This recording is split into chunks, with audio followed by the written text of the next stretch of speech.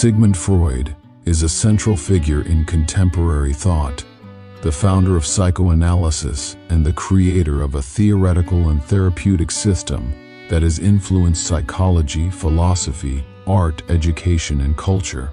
His theories, though controversial, radically altered the modern vision of humanity.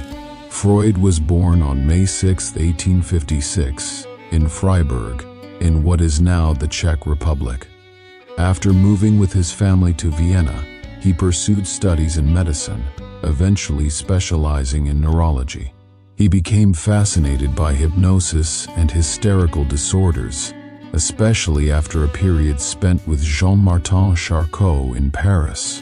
Upon returning to Vienna, he collaborated with Joseph Breuer, with whom he published studies on hysteria in 1895, marking the beginning of psychoanalysis.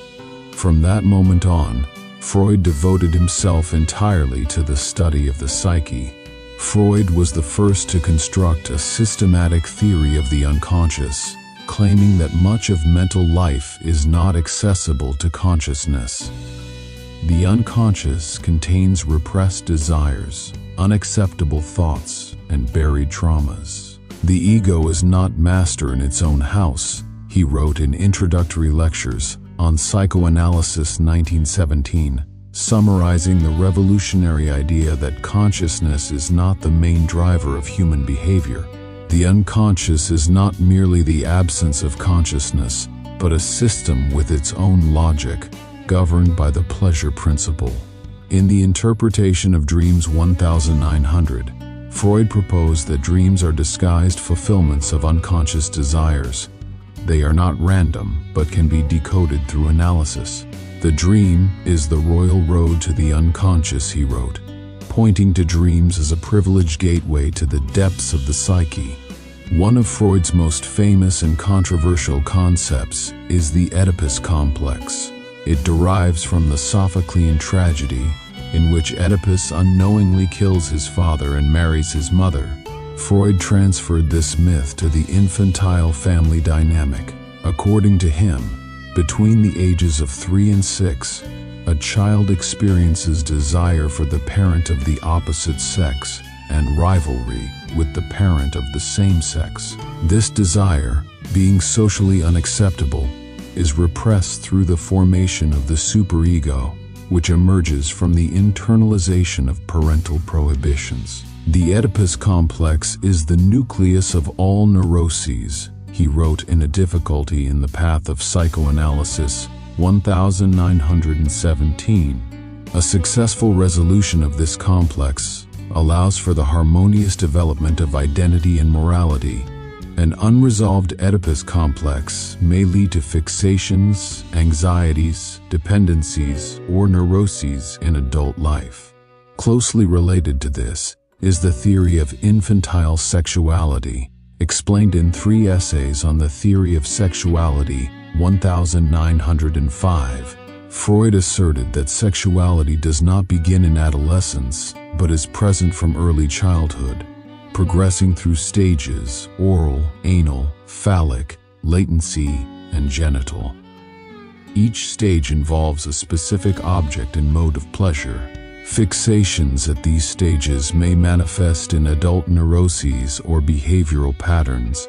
He wrote, "Every child is, in some measure, a polymorphous pervert," emphasizing that childhood is marked by a diffuse and exploratory search for pleasure, unbound by societal rules. Freud later introduced the concept of opposing drives: eros, the life instinct, and thanatos, the death drive. Eros is tied to love, creativity, and preservation, while thanatos is a destructive, regressive force, aiming to return the organism to an inorganic state. This duality became particularly relevant after the trauma of World War I. In Beyond the Pleasure Principle 1920, he stated, "All drives are either erotic, directed toward unification and preservation, or destructive. Human existence is thus shaped by an ongoing struggle between love and hate, order and chaos, creation and death." To explain the psyche's functioning, Freud introduced a tripartite model, the id source of instinctual drives, the ego, mediator between internal desires and external reality, and the superego, the internalized voice of morality and societal rules.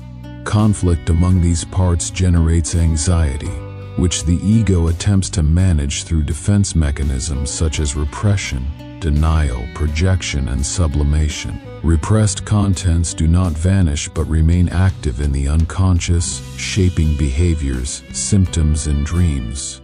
Nothing that has once been formed can ever be lost, Freud wrote, implying that the psyche is a reservoir of all past experiences. Freud's therapeutic method, based on free association, dream analysis, and interpretation, allowed the patient to explore unconscious material with the analyst acting as a guide. Central to this process is transference, the redirection of feelings for significant early figures onto the analyst, and countertransference, the therapist's own emotional responses. The psychoanalytic cure is thus a mutual dynamic process, not merely a removal of symptoms, but a transformation of self-understanding. Freud had a close but ultimately strained relationship with Carl Gustav Jung, whom he initially regarded as his intellectual successor. Jung, however, rejected Freud's emphasis on sexuality and proposed a more symbolic and spiritual approach, introducing concepts like the collective unconscious and archetypes. The split, finalized in 1913, was painful for Freud, who later referred to Jung's departure as a personal and intellectual betrayal. In Civilization and Its Discontents, 1930, Freud analyzed the tension between human instincts and the demands of social life. Civilization requires the repression of instinctual drives, particularly aggression and sexuality, creating a perpetual sense of guilt and dissatisfaction. He saw religion as a collective neurosis, a substitute for paternal authority. Civilization is built on renunciation, he argued, suggesting that societal progress comes at the cost of individual happiness. Freud's influence on modern thought is immense. He transformed not only psychology but literature, art, film, and philosophy. Writers such as Franz Kafka, Marcel Proust, Virginia Woolf, and James Joyce reflected his ideas in their portrayal of fragmented identity and unconscious motivation. In cinema, his legacy is profound.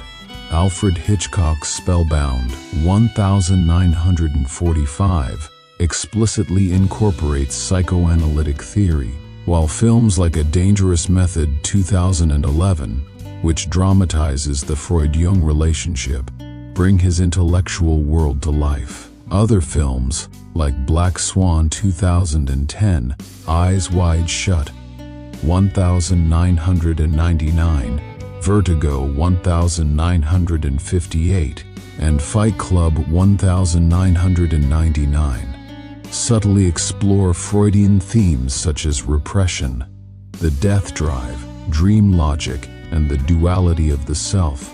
Numerous books have either elaborated on or responded to Freud's work. Ernest Jones wrote a monumental 3-volume The Life and Work of Sigmund Freud.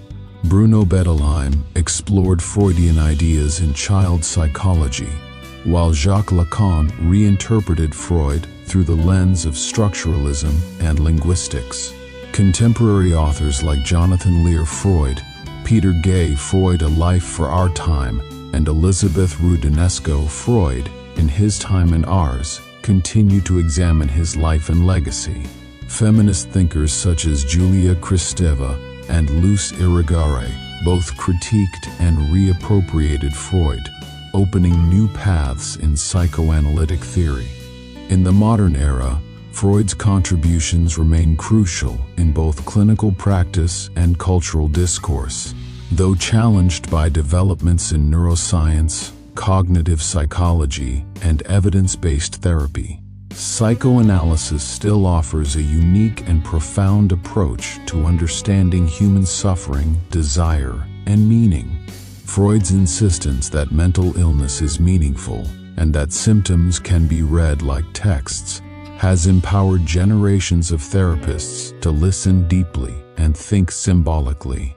Moreover, his influence reshaped the way we think about identity, trauma, and development. The very concept of talk therapy originates with Freud. His work laid the foundation for psychotherapy, now widely used across the globe.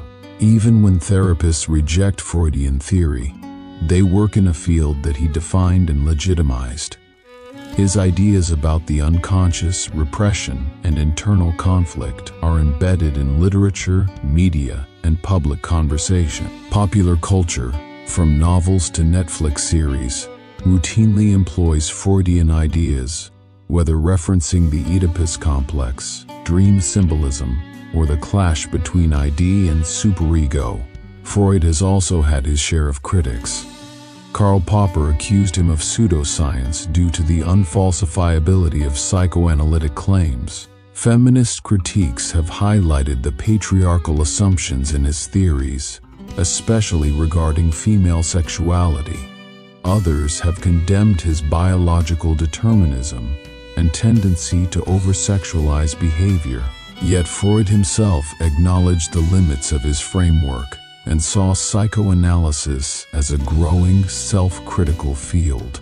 In 1938, after the Nazi annexation of Austria, Freud, who was Jewish and openly opposed to totalitarianism, fled Vienna with the help of Marie Bonaparte and Ernest Jones. He settled in London, gravely ill with cancer of the jaw. On September 23, 1939, he died with dignity, assisted by his physician Max Schur, in accordance with his wishes. His ashes rest in the Golders Green Crematorium in London. Freud opened a doorway into the inner life of the human being. He taught that behavior is not fully rational, that memory is layered and deceptive, and that healing begins with honest self-exploration. His legacy is not just scientific but cultural and existential.